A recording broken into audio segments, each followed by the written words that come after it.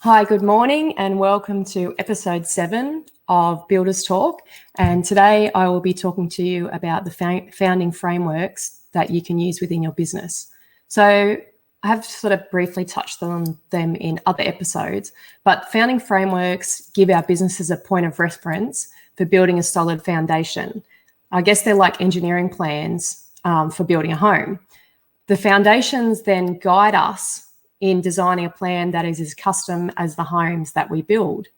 But within each framework, there's sort of then like detailed architectural plans where we can then start building our business to integrate with our lifestyle and our lives.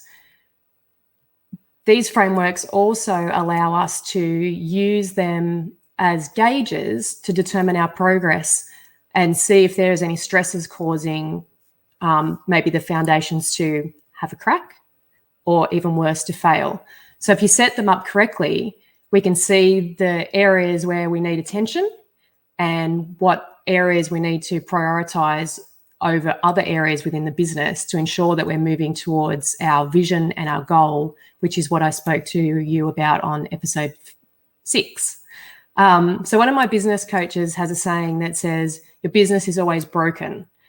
And a business without any problems is a business that's out of business. So I guess that's referring to the fact that if your business is sort of staying the same and you're not having any problems, you're not necessarily growing, because as you grow or scale, you will encounter different problems within different, I guess, get these founding frameworks. So you might improve the founding framework of getting clients in the door and your marketing type systems, but then you find you can't deliver, which is what is maybe happening at the moment in the building industry. The Home Builder Grant has given everyone a lot of work, so they've got the work in, but they're now having problems with trying to deliver that product because they've got supply issues, trade shortages, price increases. So if your business doesn't have any of those things, you're probably just not really going to be, I guess, achieving your visions or goals, because it'll just stay stagnant and you'll probably end up losing interest in the business as well, because you've got nothing to strive for. I mean, it's good to don't have the stresses, but you want to keep driving and pushing forward and improving your business at all times throughout that business life. So the founding frameworks, I guess, allow you to focus on that custom plan rather than a generic plan. So say we'll use the analogy of like project homes. They don't really fit into your business. Or, I mean, you probably might be a project home builder, but what I'm referring to is we don't really want to have a generic plan. It's not really too wise to take generic advice from people when you're sort of setting up a business, because they don't know, the market that you work in, the economic ecosystem of where you are located, and there's a lot of other factors. So not all advice and strategies will work for your business, and you need to look at that advice and then assess within your own frameworks if that advice will actually work for you. So probably an example would be charging for quotes. That doesn't really work as well in all geographical areas. It's easier to charge in a city location, but it's harder in a regional area. So you need to have some sort of hybrid approach that will get you a similar result that works within your business and, I guess, doesn't leave you with ending up with not enough work because you're adamant that you're going to charge for quotes, but then people aren't going to pay for a quote. So you might have a downturn in your business at that time because you're trying to have that system work, but it doesn't necessarily work exactly the same as it may work in another business. So there's 6 founding frameworks, and that is what I use to assess what is happening in my business. And there's a few other ones that more relate to yourself or the business owner and your team. So they're more about people as opposed to necessarily the business function and trying to get clients in the door and deliver your homes. So the first one I'm going to talk to you about is capturing. How are you capturing the attention of your ideal client? So the goal of this framework is to gain the knowledge and understand how to capture your ideal client and how getting this right will save you not only time, but stress and money.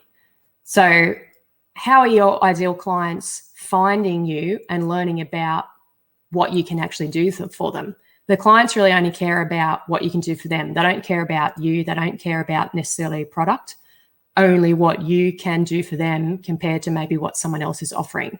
So being able to clearly convey your message and the way it is conveyed to them can make, I guess, a significant difference to whether a prospective client will decide to work with you or not.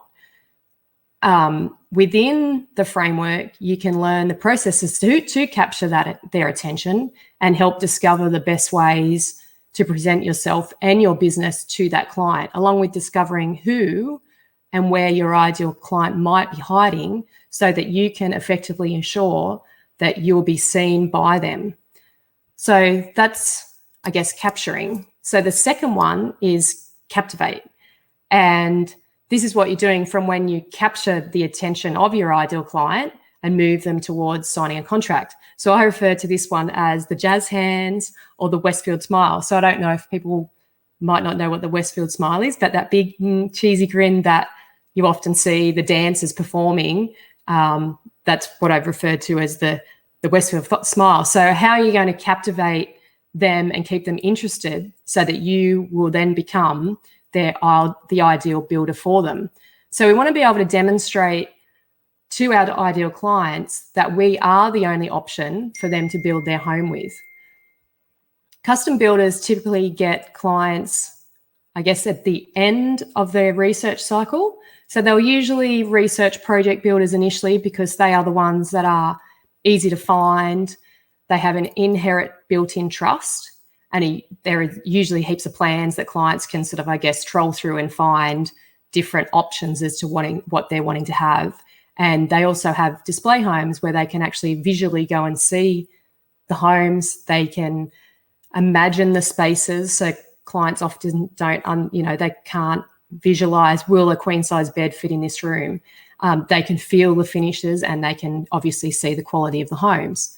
So ideally, when we want to capture people, we want to catch them at the beginning of their research cycle.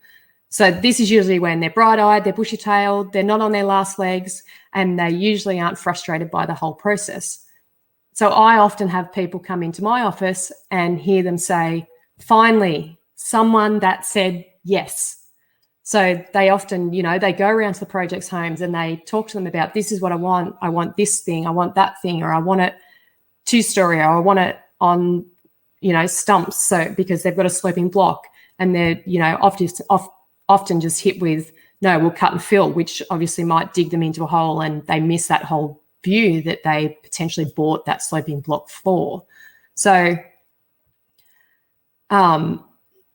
what I guess clients don't realize is that the project builders, they think have got, they're a bigger company, they have systems, they have the trust and that they're not going to go bankrupt.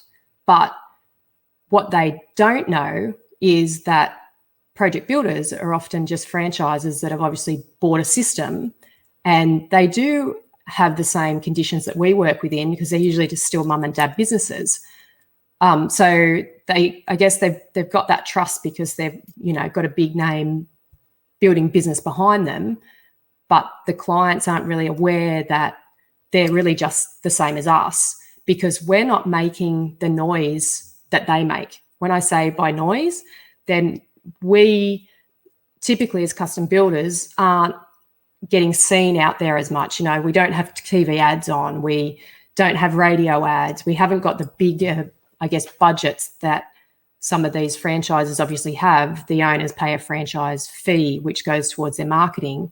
So that's sort of all done for them, whereas we do our own. So we don't necessarily make as much noise, and the clients aren't aware that where we are, what we do, and how we can help them. So we need to be able to show them who we are and what we do. So I guess franchises, they walk in with a system and they have the processes set up, but they usually don't have the same innovation and problem-solving skills as potentially a custom home builder has.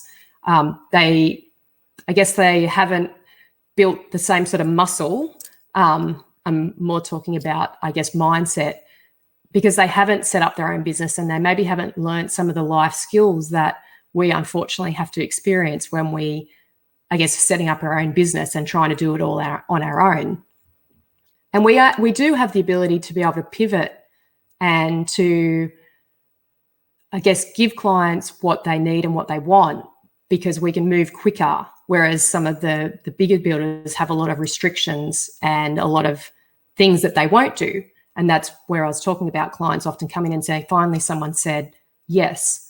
But we just aren't letting them know that we have a different experience that they can have throughout building, because we're not captivating them. We're not letting them know this is our difference and this is why you should come and have a look at our business and see what we can do for you and what sort of experience we can give you. So clients will usually, I guess, settle for the builders that are, I guess, the loudest, the cheapest, or the quickest. And we need to be able to be more active in projecting what the custom builders can actually do for their ideal clients. And, they're often, I guess, they don't see behind the slick marketing campaigns and the smoke and mirror type tactics until it's too late. But as I said, it all just comes down to positioning, and project builders do a better job than the custom builders. And we need to learn the techniques to position ourselves as the only option for us being their builder. So the next framework is converting. So the process of getting your client to basically shake your hand, sign a contract. So it's important to learn to communicate the true value to your ideal client by collaborating with them and building confidence in your client in order for you to gain a commitment from them. This will help obviously increase your profit margins and stay out of the race to the bottom price wars that we are often succumb to. And differentiating your business and showing potential clients that building a home is not just like buying, I'm going to use an analogy of buying 200 grams of peanuts. So Dan Kennedy uses this as an example, and I'll explain that in a little bit more. But we need to be able to give the client an experience, because an experience basically disconnects them from pricing a product. So pricing the same product, you can change the price of the same product by giving some sort of context. So the analogy of the 200 grams of peanuts is 200 grams of peanuts is just a commodity.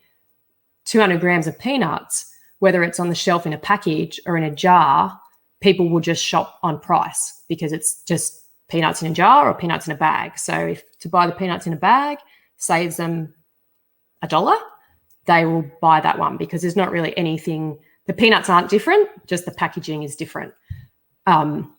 So unless we change the context of the 200 grams of peanuts, say by sprinkling them with chili and lime and putting them in a fancy tin and selling them in a gourmet food shop, that's the only way that maybe they'll go, oh, well, it's got chili and lime on it and it's in this fancy tin and it's in this fancy shop. I'm prepared to pay more money because it's a little bit more of an experience for them because it's got the added flavor.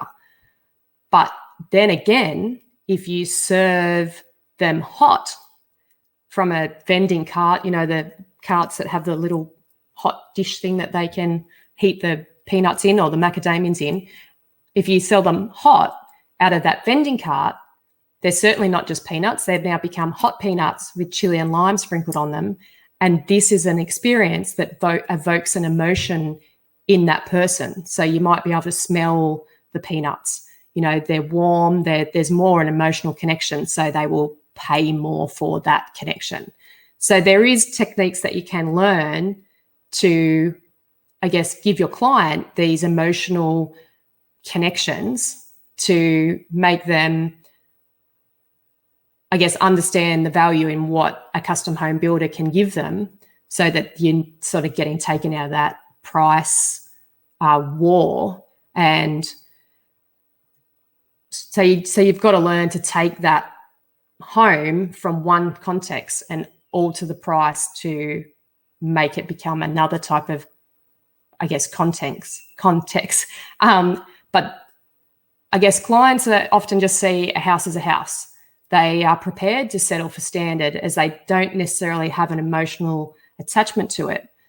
So how many, I often have it, clients sort of come in, they tell you they want this custom home and they want this, and this is all the things that they want. And, you know, you do a price for them and you do up the plans and then you hear nothing, crickets. And you might, a year later, drive past their block and there's this house that they've built and it's nothing like that dream that they came into you with. And you're like, why? Why have they not come back?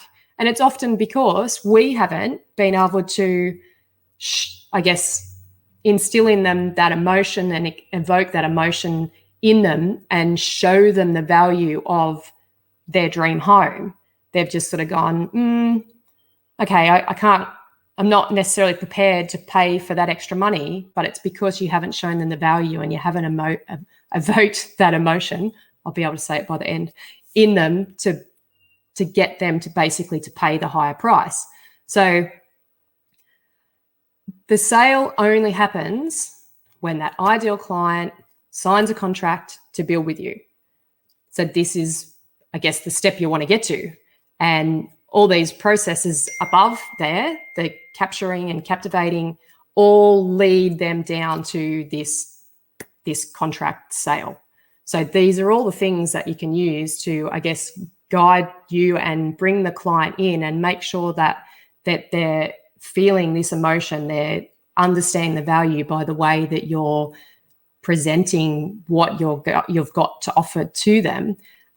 So I guess with converting them, it can be a two-step process, which is sort of getting someone to sign a preliminary agreement and then signing a contract once all the preliminaries have been done.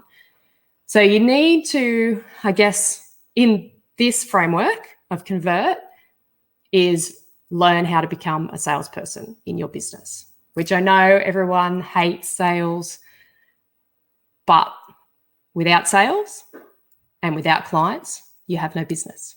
So it's a really important thing to learn some of the skills to be able to get that emotion evoked and be able to show what you can offer and the value that you provide to those clients.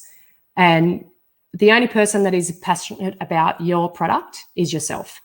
And you're the best advocate for your business. And therefore, you are usually the one that can sell your home the best.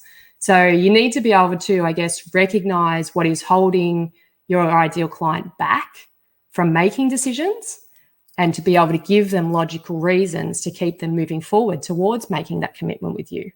So I'm going to leave it here today and we'll go over more of the founding frameworks next week. So until then, keep powering your business.